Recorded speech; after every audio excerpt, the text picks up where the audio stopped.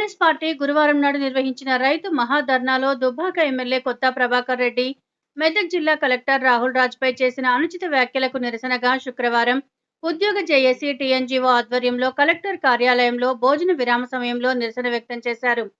ఈరోజు నిరసన కార్యక్రమం మన ఉద్యోగస్తులందరికీ తెలిసిన విషయం కాబట్టి ఇంతకుముందు కూడా మన సాల్వ్ మాట్లాడేది మన కలెక్టర్ సార్ గారిని వాళ్ళు టీఆర్ఎస్ పార్టీ గౌరవనీయులు పెద్దలు ప్రభాకర్ రెడ్డి గారు మాట్లాడడం అంటే చాలా బాధాకరమైన విషయం. ఎందుకంటే ప్రభుత్వ ఉద్యోగులు అండ్ రైతులకు పబ్లిక్ సిగ్నల్ వంటి వాళ్ళు ఆ సిగ్నల్ కట్ అయితే ప్రభుత్వం చేసినటువంటి కార్యక్రమాలు మరి ప్రజలకు అందడు.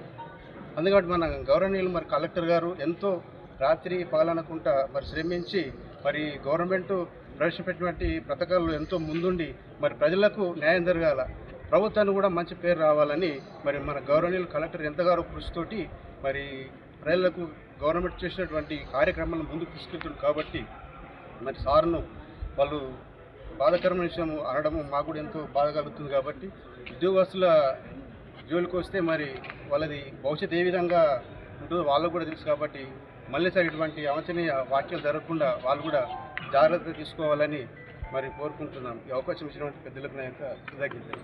అనుసారం ఏదైతే మరి ప్రభుత్వ సంక్షేమ కార్యక్రమాలు కావచ్చు, మరి ప్రభుత్వం ప్రవేశపెట్టే ప్రజలకు క్షేత్రస్థాయిలో ఉపయోగాలు కావచ్చు, ప్రయోజనాలు కావచ్చు, వాటన్నింటినీ తీసుకుపోయే క్రమంలో మరి ఎక్కడా కూడా మరి మెదక్ జిల్లాకు మచ్చ రాకుండా మరి మెదక్ జిల్లా మునుముందు వరుసలో ప్రజా సంక్షేమంలో ముందు ఉండే క్రమంలో మరి ముందుకు తీసుకుపోయే క్రమంలో అన్ని విధాలుగా తన యొక్క ప్రయత్నం చేసుడని చెప్పి కూడా మేము ఈ యొక్క వేదిక ద్వారా తెలియజేస్తూ ఉన్నాం. అటువంటి క్రమంలో అనవసరమైన వ్యాఖ్యలు మరి కలెక్టర్ గారిపై చేసి వాళ్ళు నిజంగా వాళ్ళ యొక్క దుర్బుద్ధిని మరొకసారి నిరూపించుకోరని చెప్పి కూడా మేము తెలియజేస్తూ ఉన్నాం. మరి గత ప్రభుత్వంలో అదే మరి బీఆర్ఎస్ ప్రభుత్వం ఉన్నటువంటి రోజుల్లో మరి కలెక్టర్ గారు కావచ్చు, మిగతా జిల్లాధికారులు కావచ్చు, మీరు ప్రవేశపెట్టే సంక్షేమ పథకాలు మరి మునుముందు వరుసలో ఉంచలేదా? మీ యొక్క ప్రభుత్వాన్ని అప్రతిష్ట పాలు చేసే ప్రయత్నం ఏమైనా చేసిండ్రా? మీ యొక్క ప్రభుత్వాన్ని గౌరవంగా నిలబెట్టే ఉద్దేశంతో జిల్లా యంత్రాంగం పనిచేసిందని చెప్పి కూడా మరొకసారి సందర్భంగా గుర్తు చేస్తూ ఉన్నాను.